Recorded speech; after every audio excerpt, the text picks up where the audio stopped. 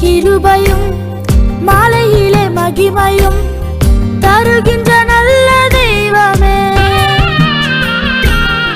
காலையிலே கிருபையும் மாலையிலே மகிமையும் தருகின்ற